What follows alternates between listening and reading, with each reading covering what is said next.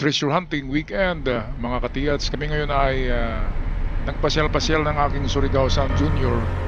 Naghanap kami ngayon ng isang century-old tree na pwedeng merong nakabaon na Yamashita treasures. Paano nga ba natin i-assess ang isang tuog tree or isang baliti tree na century at iba pang mga century-old tree kung ito ay merong laman o pwedeng merong laman, merong ibinaon na Yamashita treasures noong World War II?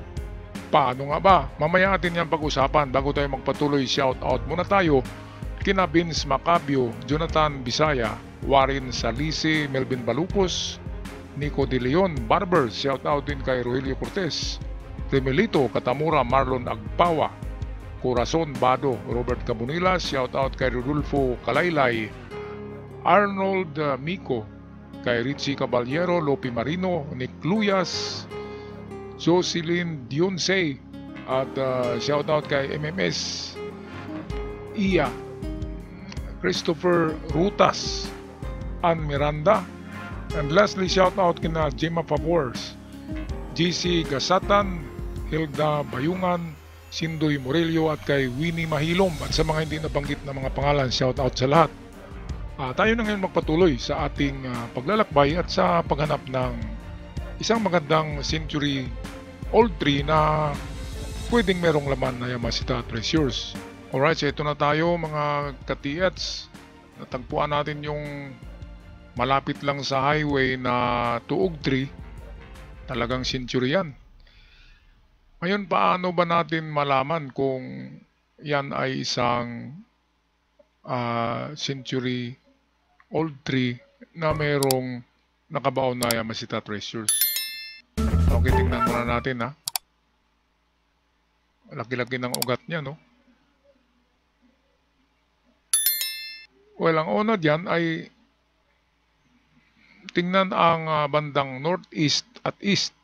Diyan kasi palagi nilalagay yung bato na medyo may kalakihan na malapit sa tuog tree. Okay, mamaya gagawa tayo ng ilustrasyon kasi kung atin sasabihin lang ay malilimutan nyo. So ito yung tuog tree. Sa unahan yan ay merong napakalaking bato na parang ano siya, malaking igang, siguradong may kuweba yan. Yung ganyan, malaking igang na bato. Ayan, ewan ko lang kung meron nang nag-treasure hunt dito. At kung napanood dito ng may-ari ng lupa, alam mo ang hugis ng bato na yan tsaka yung kahoy, ay gamitan nyo yan ng ng kahit dowsing rod o pendulum. Basta dyan sa may bato ang item na yan. Ang item dyan ay sa may bato ibinaon. Pwedeng nasa likod ng bato o pwedeng nasa harapan na nakaharap sa kahoy. Nakalinya kasi yan kung saan yung kahoy nakaharap yung bato, so pwedeng sa harapan ng bato na naka-align sa kahoy. Pwede rin sa likod ng bato na naka-align pa rin sa kahoy. Okay, atin na gagawan to ng ilustrasyon para mas klaro, mga kababayan.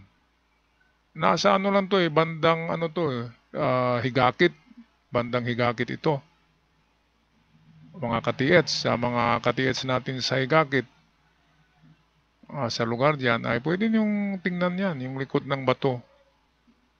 Lalo na kung may kahit araw pinakamagandang treasure pointer talaga ay araw. Kung saan nakapoint ang araw, doon nyo hanapin.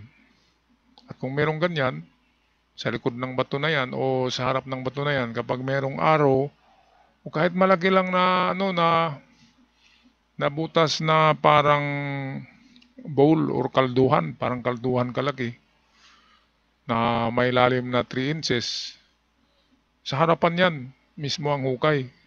Kahit wala ng detection, kahit walang detector, ay pwede kayong makakuha niyan. Okay, so ito na, gawa na tayo ng ilustrasyon para sa kahoy kung paano ma-assist na meron ngang pwedeng hukayin na Yamashita treasures. Kasi marami namang tuog tree, maraming century-old tree, pero hindi lahat yan ay may lagay. Hindi lahat yan ay may deposito. ang hapon ay meron talaga silang mga marker. Pag-usapan natin yan. Okay, ngayon, hahanap lang ako ng magandang ilustrasyon. Okay, so ito na. Meron na tayong isang example ng Century Tree. Ito yata ay mangga yata ito. Ngayon, ang pinakaunang direksyon, sa dami-dami ko na kasing napuntahan ng mga recovered giveaway sa kahoy, ang mga direksyon ay nasa east. Kung di naman east ay northeast, yung dalawa lang. Pero minsan meron daw sa south niyan, pero ito lang yung mga nakita ko na nasa east at northeast talaga. So ito na mga kababayan, halimbawa, ang east ay dito, di ba? Sa bandang kanan.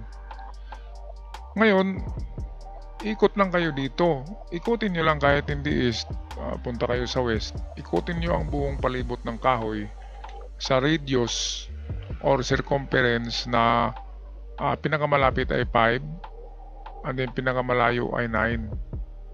579 kasi yan sa mga nakita kong recovered sa mga old Century Tree ay nasa ranges na 5, 7, 9 ang mga recovered na hinukay. At ang mga lalim niyan ay mababaw lang yan, nasa 4 lang. Sa ngayon sabihin natin 5 meters na kasi ano na ngayon, tagal-tagal na, diba? Kumakapal na yung lupa. So ito, tingnan lang ang northeast. So ang north ay dito sa itaas. Dito ang north sa itaas, mga kababayan. So dito ang puntan nyo ito na direksyon. Tsaka papuntang northeast sa kalagitnaan. Dito. So ito yung northeast. In between sa north at east. So ano bang hanapin dyan? Hanap lang kayo ng bato. Pwedeng pabilog siya na bato, ganyan. Pwedeng malapad. Malapad lang. At pwede ring bato na may hugis katulad ng puso. Pero karamihan talaga dyan ay bato lamang na malaki na nilagay nila. Tapos minarkahan. Ang marka dyan ay pwedeng letra. Lahat ng letra ay treasure ang ibig sabihin yan. Lalo na kapag A. Kapag A ay ginto talaga yan. Ang X, ganun din, target yan. Ang Y ay ano din yan, pointer. Pababa, so pwedeng treasure din. M is, ang M ay distansya eh. Kapag M at N, dumidistansya yan sa bato ng 5 meters or 4. So yan, so kahit ano, W. W ay nagtuturo sa kung may creek sa gilid, nasa creek. Ngayon, mayroon pang isa dyan, cross na ganyan. Cross na may ano, parang flower pot sa baba niya, sa ano niya, sa baba, parang flower pot ganyan. Treasure in the creek. So kung mayroong creek dyan sa malapit sa bato, nasa creek, hanapin yung pangalawang countersign. So ito na. Paano ba natin ma-assess? Ito yung katanungan eh. Halimbawa, nakakita kayo may kahoy, old tree, andi merong bato na malaki. Yung bato na ano kasing laki ng kalabaw, wag yung bato na parang ano lang, parang galon lang ang liit. Nabubuhat yun eh. Yung mga marker ay hindi talaga yung mabubuhat ng 4 na tao, ng 6 na tao. Medyo may kabigatan yan at minsan natural lang yan sa lugar. Makita nila, oy, na maganda na ano to, may kahoy na, may bato pa na natural na nakabaon at talagang malaki. So yun yung mga marker ng hapon. So malalaman natin dahil ang bato ay may marka talaga yan. Kung hindi malaking butas, ang butas ay dapat may lalim, 2 to 3 inches ang mga butas na mayroong treasure. Ibig sabihin yan, treasure on the spot yan. Nasa baba ng bato or sa gilid lang ng bato. Ngayon, ang distansya nito ay sabi natin kanina, pwedeng 5, 7 o 9. Makikita ang mga bato, pwedeng dito lang sa 5, pwede rin sa 7 at 9. At pwede rin naka-align siya sa northeast, 5, 7, 9 pa rin. Pero pwede rin mayroong binaliktad niya na dito, nag-ano sila, change of mind. Sabi nila maraming nakaalam ng east, kaya ilipat nila dito sa west. Align pa rin yan. Para madaling matandaan, dapat kung naglipat sila, ay doon nila ilipat sa opposite ng east to west. So pwedeng tingnan din ang automatic ang east tsaka southwest dito, itong dito na linya, kasi opposite siya ng ng northeast ang southwest. So pwedeng tingnan ang southwest, west, basta ang circumference niyan, ang palibot, sa layo lamang na 7, 9 or pinakamalapit ay 5. Hanapin nyo lang yung bato na merong kakaibang marka na hindi nyo naintindihan, at yung bato na hindi nabubuhat ng dalawang tao o ng isang tao, yung medyo may kalakihan. Okay, so ito lang ang ating paraan. Paraan ko yan na hindi ginagamitan yan ng detector. Ang ginagamit yan, compass lang, direksyon at distances at analysis. Alam niyo mga ka-TH, noon 1980s, sa panahon ng father ko, wala silang gagamitan noon. Wala silang gagamitan. Yung pinakamagandang gagamitan noon ay Gemini pa eh. Gemini 1 pa yun eh. Gemini 1 na 3 meters lang ang lalim ng detection. Pero karamihan ng nakahukay noon ay symbol lang eh. Sign lang talaga ang sinusunod ang mga nakakuha. Wala pang mga gagamitan noon eh. Kaya ngayon ay dami-dami ng mga gagamitan. Pero ang iba doon ay imbis na scanner ay scammer. Diba? Yan ang katotohanan. Kaya ang gagamitan ay pangalawa na lamang yan.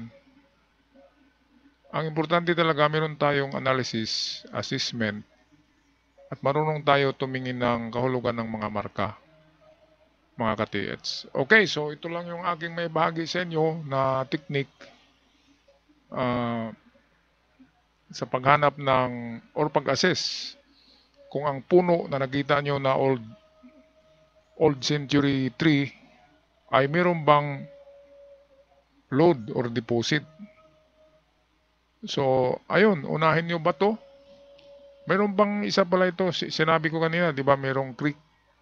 Sabi ko may mga treasure na ang marka sa bato katulad ng cross na may flower pot sa baba niya ay nasa creek, sa tubig. So sa triangulation of marker, ang creek ay kasama yan palagi. Minsan din ay walang creek ang lugar, pero kalimitan yan ay triangle talaga yan. Merong creek yan. Halimbawa may creek dito, ito na portion, and then nilagyan nila ng marker na bato. Yung kahoy ay natural na yan eh, nandiyan na yan.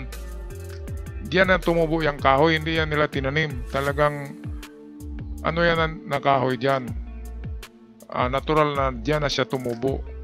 Kaya hindi na mamatay kasi tinanim ng kalikasan. So ito na yung tinatawag na triangulation of marker. Una ay merong kahoy, pangalawa ay merong bato, pangalawa ay merong creek, pangatlo ay merong creek. So yan yung triangulation. Kapag merong ganyan, dagdag sa ating assessment, kapag merong creek, merong marker na bato, merong old tree, halimbawa ang old tree ay merong pang pako na nakaharap doon sa bato, ay talagang ano na yan, 100% na Yamashita treasure ang meron dyan. Lalo na kapag pinakuan ng kahoy ng malaking perno. So ayan, creek. Minsan ang creek ay nawawala eh. Kapag tagtuyot, di ba? Hindi nyo nakikita. Kaya kung mawala ang creek, meron pa silang naiwan na bato na marker. At kapag nawala ang bato na marker, ay meron pang kahoy. Tatlo kasi yan, kasi kung nawawala yung isa, dalawa, at least may naiwan na isang marker na pagbalik nila ay ma-recover yun. Kasi pagbalik nila may mapa eh. So hanapin nila doon ay kahoy. Kung naputol na ang kahoy, yung marker na bato, ito. At kung nawala yung bato, ay tingnan nila ang sign sa kahoy kasi may pinako sila diyan. So sa pako pa lamang, makikita na nila kung saan ang item. Kasi naka-indicate yun sa mapa. Okay, so yan ang triangulation, old tree, creek, at marker na bato.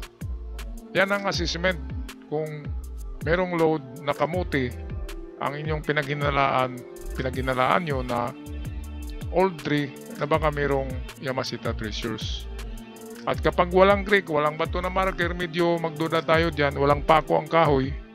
So magdalawang isip na kayo, kayan ko pa ba to o hindi? Ay maghintay na lang kayo na managinip kayo. Kasi magbigay ng panaginip yan ang mga tagabantay sa kahoy. Nagbibigay yan ng mga panaginip. Pero kapag sabi ko na itong triangulation nakita nyo, old tree, bato na marker at creek, ay medyo na yan, malapit sa katotohanan. Alright, so ako'y magpaalam ng mga katiyats. Hanggang sa muli, huwag kalimutan mag-subscribe sa mga bago pa lamang at sa aking avid followers.